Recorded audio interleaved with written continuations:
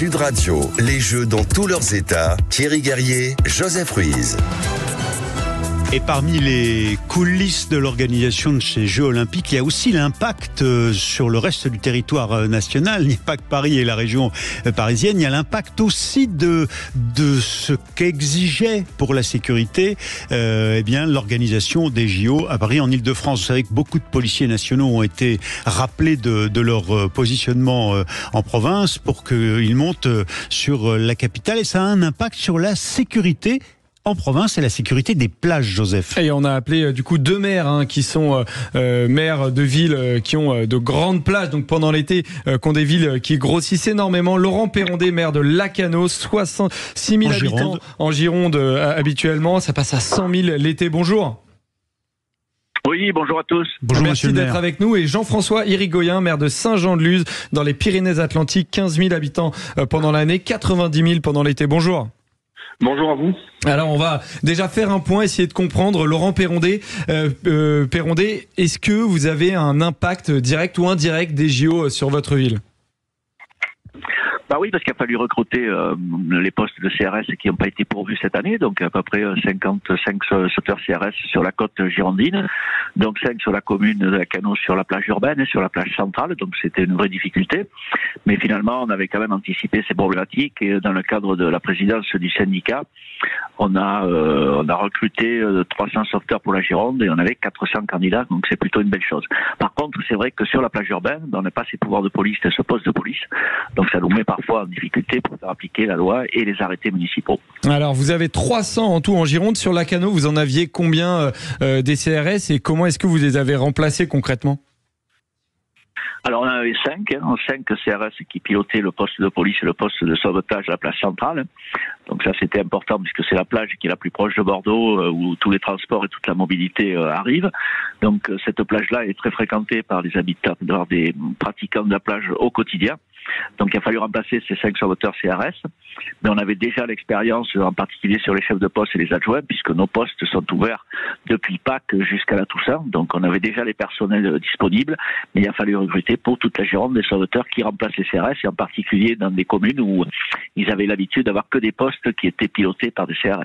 Alors vous en aviez 10 de votre côté en temps normal, Jean-François Irigoyen. Là aujourd'hui vous en avez 0, comme Laurent Perrondé du côté de Lacanau. Comment est-ce que vous avez fait pour les remplacer, et surtout le budget qui est du coup alloué à ces remplacements, est-ce que c'est vous qui le payez directement ? Et alors Jean-François Irigoyen, je précise que vous êtes maire de Saint-Jean-de-Luz. On est descendu un peu plus bas le long de l'Atlantique, vers les Pyrénées-Atlantiques, après avoir vu la situation avec Laurent Perrondé, qui lui est maire de Lacanau. Donc Bordeaux, on descend jusque dans le Pays Basque avec vous, Jean-François Irigoyen. Oui, mais moi c'est un peu comme mon collègue de Lacanau, donc on avait anticipé. Alors on regrette énormément donc de ne pas avoir de CRS, surtout voilà, puisque nos jeunes MNS sont formés au secours, au sauvetage. Les maîtres nageurs sauveteurs. Voilà, mais ils n'ont pas ce pouvoir de police, et je crois que nous, sur la grande plage, c'est la plage du centre-ville, la plage la plus fréquentée, le fait d'avoir ces CRS les autres années nous donne un pouvoir de police et une tranquillité qui est un peu plus compliquée à maintenir sans les CRS. Mais quelle est la délinquance autour des plages l'été ?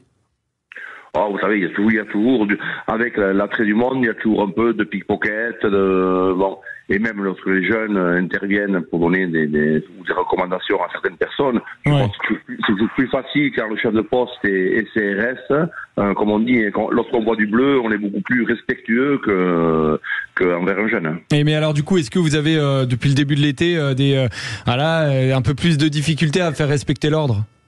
Non, pour le moment, ça se passe bien. On a renforcé nos équipes de police municipale, donc qui là aussi, ça leur permet d'être plus présents en bordure de mer.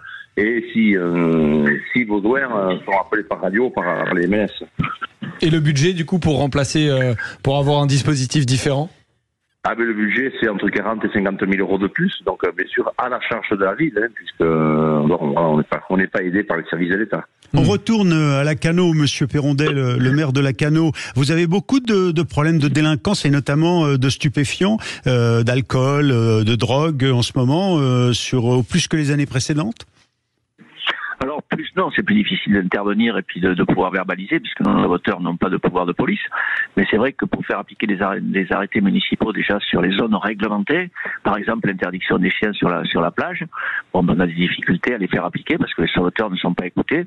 L'interdiction de la cigarette aussi, uniquement sur la plage centrale, puisque sur les autres plages, on a la possibilité de fumer. Mais sur la plage centrale, on a des interdictions de fumer. C'est bien difficile pour les sauveteurs de faire appliquer cette réglementation.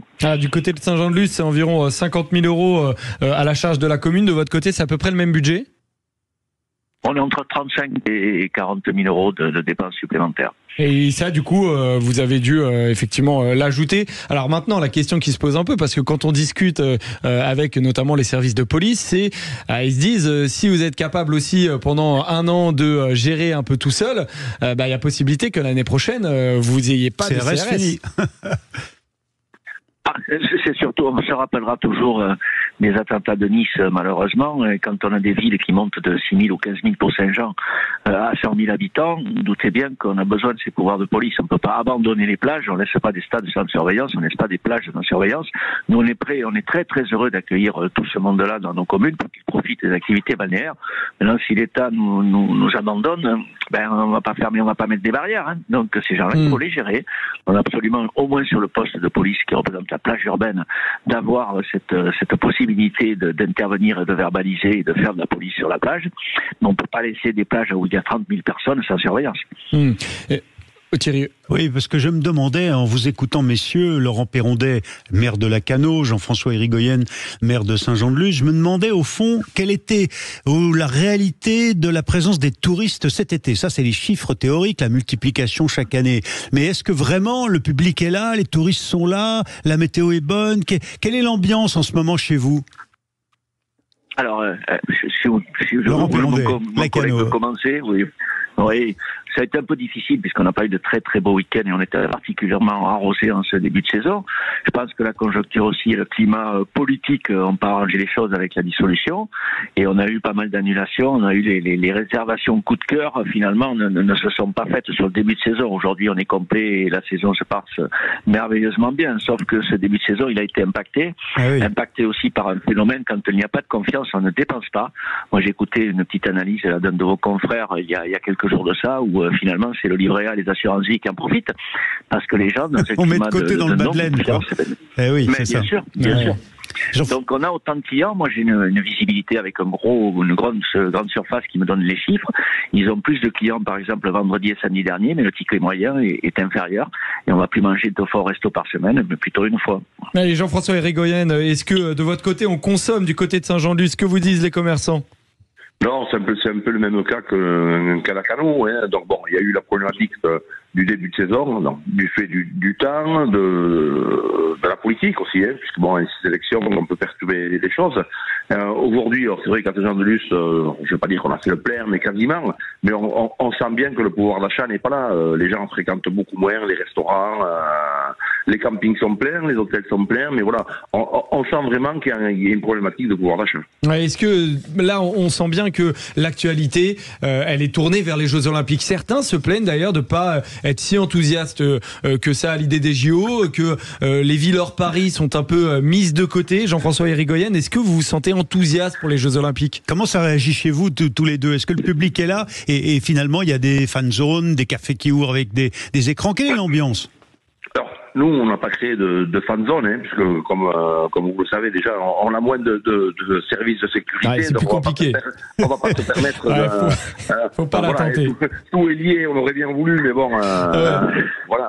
Aujourd'hui, mais après, les gens sont enthousiastes pour les JO. Oui, je sens que, moi, je vois dans les cafés, dans certains bars qui ont multiplié les écrans, la fréquentation est là. Ouais, donc ça marche. Monsieur Perronnet à Lacanau. Oui, les commerçants s'en chargent, il y a des écrans partout, mais on est tous français, on était tous un peu ronchons, et on a été tous séduits et convaincus par la cérémonie d'ouverture, et puis on se prend tous les jours à regarder les résultats, et ce qui se passe est tout à fait extraordinaire, donc finalement, en fait, les Jeux Olympiques n'arrivaient peut-être pas à arriver un petit peu comme un cheveu sur la soupe, mais finalement, apportent quelque chose de bon, c'est ça que vous êtes en train de dire? Ben, c'est réjouissant. Voilà, ça a redonné la banane à tout le monde et ce que l'on vit à travers ces jeux, moi je pense que c'est unique. On s'y était peut-être pas préparé et je pense que on avait d'autres sujets qui nous captaient, en particulier la politique nationale. Mais ce qu'on a vu lors de la cérémonie d'ouverture et l'engouement qu'il peut y avoir et ces athlètes merveilleux qui ont le sourire, ben, je pense que j'espère que ce sera communicatif et qu'on va arrêter de râler en permanence. On a un pays merveilleux, on peut faire beaucoup de choses, mais le français est quand même assez spécial. Ouais, effectivement.